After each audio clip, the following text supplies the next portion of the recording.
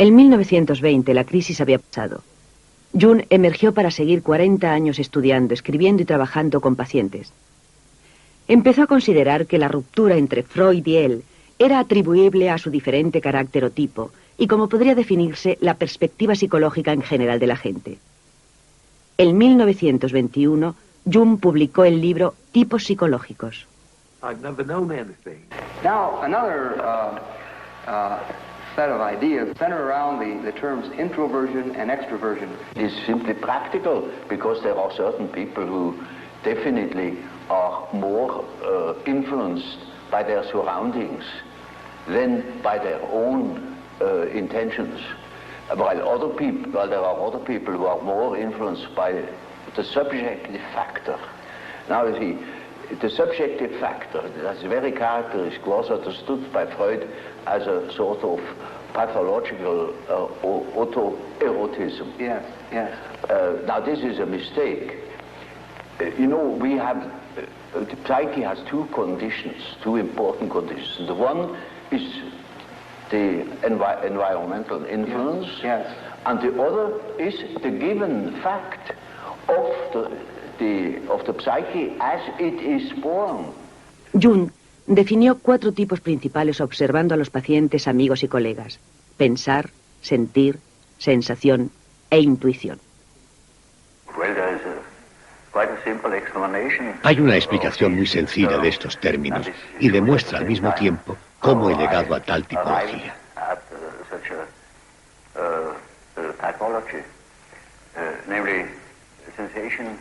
La sensación dice que existe algo. El pensar te dice más o menos lo que es. El sentir te dice si es agradable o no. Ser aceptado o ser rechazado. Y la intuición es la dificultad. Existen los tipos intuitivos entre los banqueros, los hombres de Wall Street. Ellos siguen su intuición. Existen estos tipos muy a menudo entre los médicos porque les ayuda en sus pronósticos. Es una especie de esqueleto al que tienes que añadir la carne. Así que es un medio para un fin. Y solo tiene sentido tal esquema cuando ves los casos prácticos.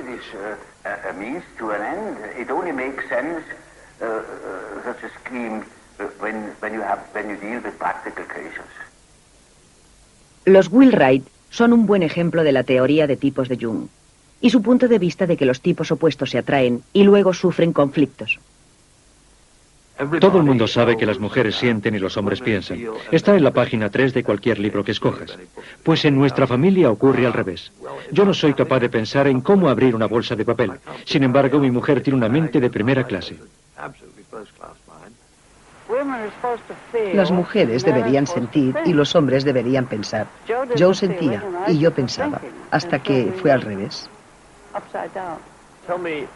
¿Qué ha significado la teoría de tipología de Jung de forma personal?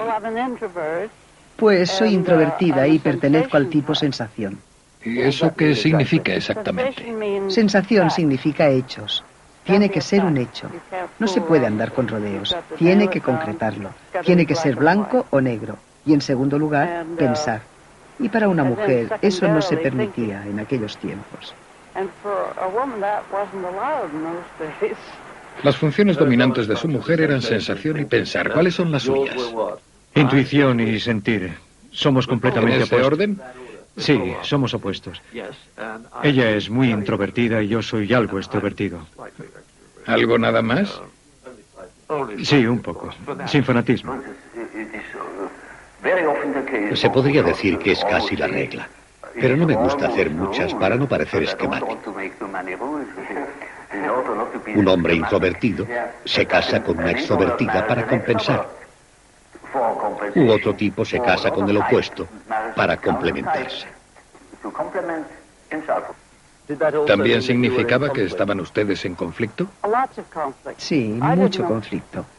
No sabía lo que nos estaba pasando durante la mayor parte del tiempo. Y él estaba desconcertado conmigo. Nos decíamos cosas muy desagradables y había mucha incomprensión. Mi relación con Jane había sido por aquel entonces, igual que siempre, el factor central de mi vida. Así que quería hacer algo para remediarlo. Nuestro matrimonio hubiese tenido que disolverse si hubiéramos seguido así. So, you see, the man who is going by the external world, by the influences of the external world, say society or perceptions, sense perceptions, thinks that he is more valid, you know, because this is valid, this is real. And the man who goes by the subjective factor is not valid because subjective factor is nothing. Yeah. No, that man is just as well based because he is bases himself upon the world from within. Yeah.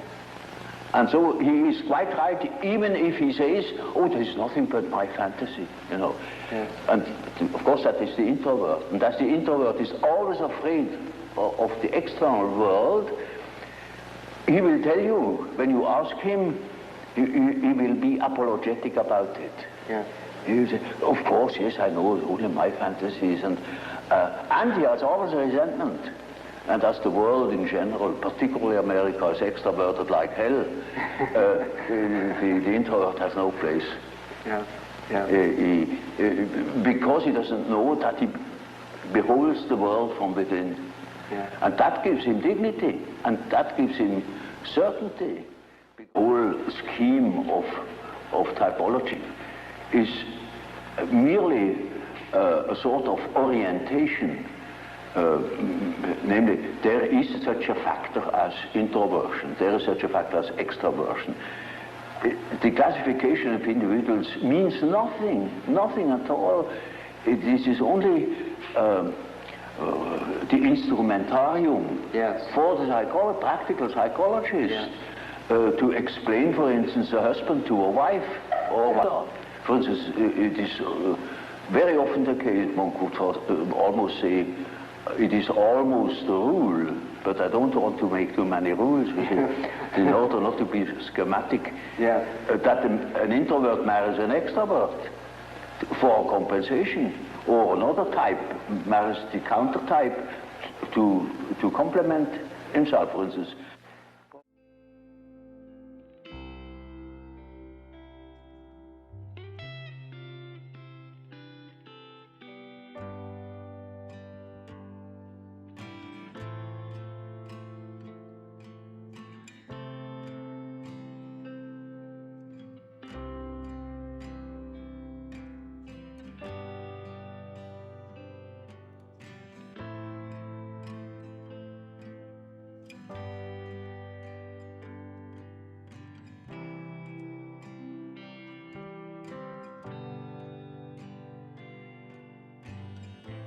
Beginning stages of a relationship, there's generally a lot of projection mixed up with it. And that is responsible for all those love quarrels. I mean, she makes demands which he can't fulfill, and he makes demands she can't fulfill, and animus anima, crossing the swords. And I mean, if you tape record a love quarrel, it's the same all over the world, literally. And that is projection. And if people don't run away, but work it out and take back all what is projection in it, then appears or is peeled out of all this the true relationship. Now it might be none.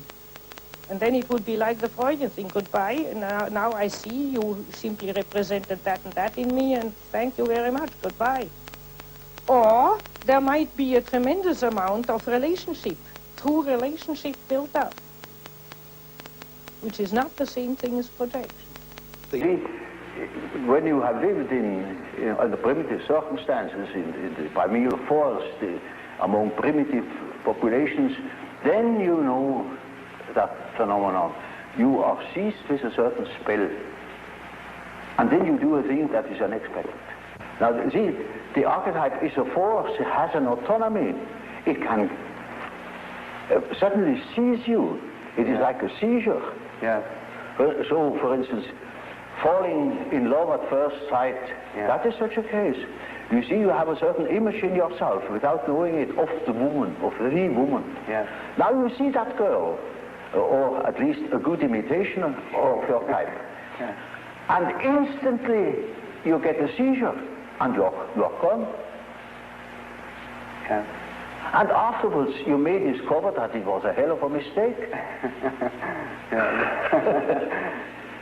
Or you see, a man is quite capable, he's intelligent enough to see that that woman of his choice, as one says, not no choice, he has been captured. Yeah. You know, he sees that she is no good at all, that she is a hell of a business. And he tells me so, and he said, for God's sake, doctor, help me to get rid of that woman. He can't. He's like clay in her fingers. And that is the archetype. That is so-called archetype of the anima. Yes, yes. He thinks it is all his soul. Well, you know, that is a bit complicated, you know. The anima is an archetype form expressing the fact that a man has a minority of feminine or female genes. Yeah. And that is something that doesn't disappear in him, that is constantly present. And it works as a female in a man. Therefore, already in the 16th century, the humanists have discovered that man has an anima. I see. And that each man carries his female with himself, they say it. Yeah. And so you That's can't... not a modern invention. Yeah. So now you see, the same is the case with the animus. That is a masculine image in a woman's mind, which is not sometimes quite conscious, sometimes it is not conscious, but it is called into life the moment that woman meets a man who says the right things. I see. And then because he said it is all true, and he is the fellow. Yes. No matter what he is. Yes. So, to infer something... Those are particularly well-founded archetypes, those two. And there you can lay hands on the basis, as it were, of the archetype. They are exceedingly well defined. This is built right into the center of Jung's whole psychology, that one should develop one's contrasexual components, as Margaret Mead so quaintly phrases it. But Jung prefers to talk about the animus and the anima, meaning the feminine side of the masculine side of the woman and the feminine side of the man. And so that all of us who are really committed and involved in the Jungian world are very busy trying to develop our animuses or our animas, and we don't ever expect that it's going to be quite a dead heat, and that our voices will alternate from soprano to basso, or that we are going to get a reissue of our vital parts. But on the other hand, we do feel that usually going on a two-step operation, first with the projection of one's anima or one's animus, and then the gradual peeling of it off and taking it back in again and assimilating it and hopefully integrating it into one's consciousness, that this androgynous or almost androgynous state of being is the way one hopes to be before they throw the switch. El mundo de los negocios sigue siendo un mundo de hombres. Jung pensaba que los valores masculinos patriarcales han producido una cultura que descuida el alma y la influencia equilibradora de la psique femenina. Jung intuited an imbalance in Western culture in favor of one whole Jung intuyó que en Occidente existía un desequilibrio en favor de una faceta de funcionamiento psicológico y comportamental, en favor del análisis, de la lógica, de los logros exteriores, de la jerarquía social, etc., se preguntaba, ¿qué ha sido de la otra cara?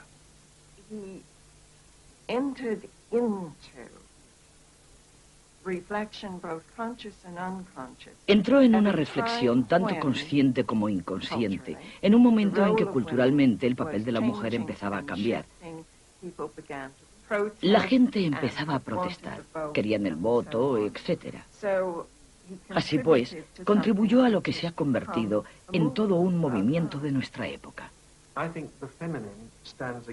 Creo que lo femenino se opone a la organización, por ejemplo, a la religión organizada. Se opone a la jerarquía, por ejemplo, a las clases sociales.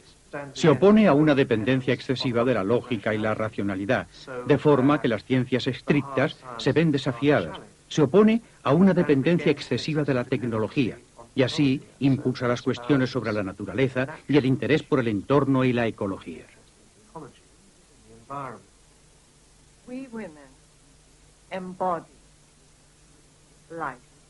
Las mujeres encarnamos la vida, la acción humana sobre la vida, y eso tiene resonancia psicológica, lo que significa que trabajamos continuamente con la vida por lo que se refiere a nuestros fines, nuestros ideales, nuestro entendimiento y percepciones de lo que es ser nosotras mismas, ahora y dentro de la vida.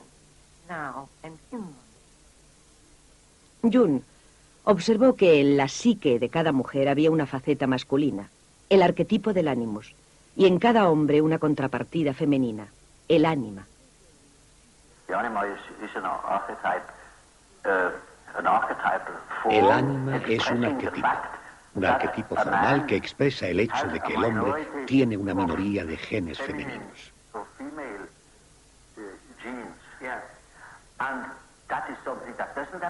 Es algo que no desaparece. Es algo que siempre está presente en él y funciona como una mujer en el interior del hombre. Lo mismo ocurre con el animus. Es una imagen masculina presente en la mente de la mujer, que en ocasiones es muy consciente y en otras no lo es tanto, pero que vuelve a la vida en el momento en que una mujer conoce a un hombre que dice lo que debe. Y ella sabe que lo que él le dice es verdad y que él es el hombre adecuado, sea quien sea. La cuestión es que el ego de la mujer tiene que estar a cargo del animus. Esa no es una idea que cuente con una aceptación general, debido a la vieja concepción de que tú te apoyas en un hombre y es él quien hace interesante tu vida. De forma que tú pierdes todas tus ideas, tu capacidad innovadora, tu creatividad.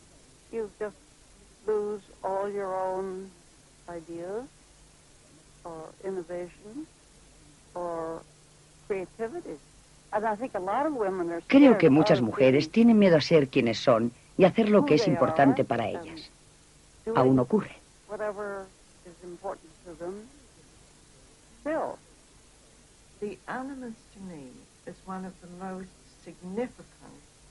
Para mí el animus es uno de los conceptos más significativos surgidos en la psicología junguiana.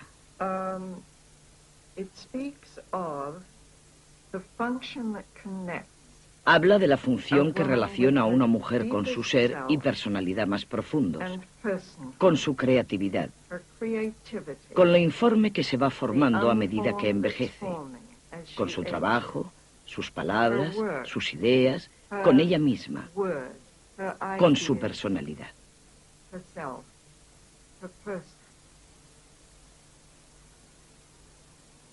Los conceptos de animus y ánima surgieron en Jung a partir de la observación de la realidad psicológica y la vida de sus pacientes y le ayudaron a comprender tanto los dolores como las alegrías de las relaciones humanas.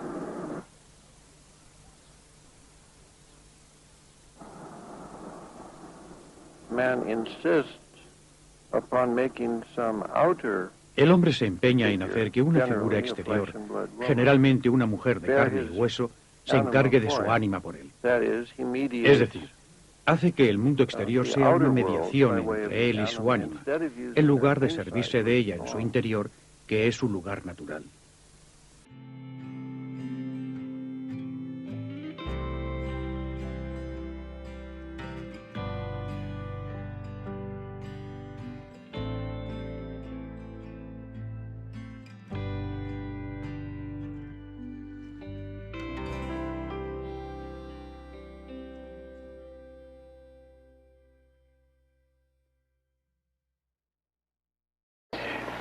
You don't know ordinarily how intuition works.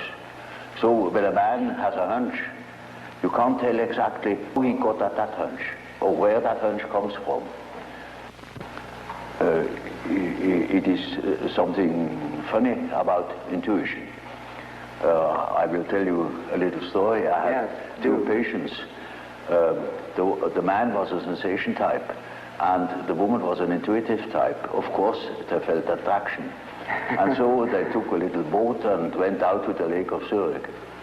And there were those birds that dive off the fish, you know. Yeah. And then after a certain time they come up again, and you can't tell where they come up. And so they began to bet who was the first to see the bird. Now, you would think that the one who observes reality very carefully, the sensation type, would of course win out. Yeah. Not at all. The woman won the bet completely. Yeah. She was beating him on all points. Yeah. Because by intuition she knew it before. I see. Now, how is that possible? Yeah. Well, sometimes, you know, you can really find out how it works by finding the intermediate links. You see, it is a perception by intermediate links, and you only get the result of that whole chain of associations. Yes. Sometimes you succeed in finding out, but more often you don't. So my definition is, intuition is a perception by ways or means of the unconscious. Yes. That is as near as I can get. This is a very important function, because when you live under primitive conditions, a lot of unpredictable things are likely to happen. Yes. And there you need your intuition, because you cannot possibly tell by your perceptions, by your sense perceptions, what there is going to happen.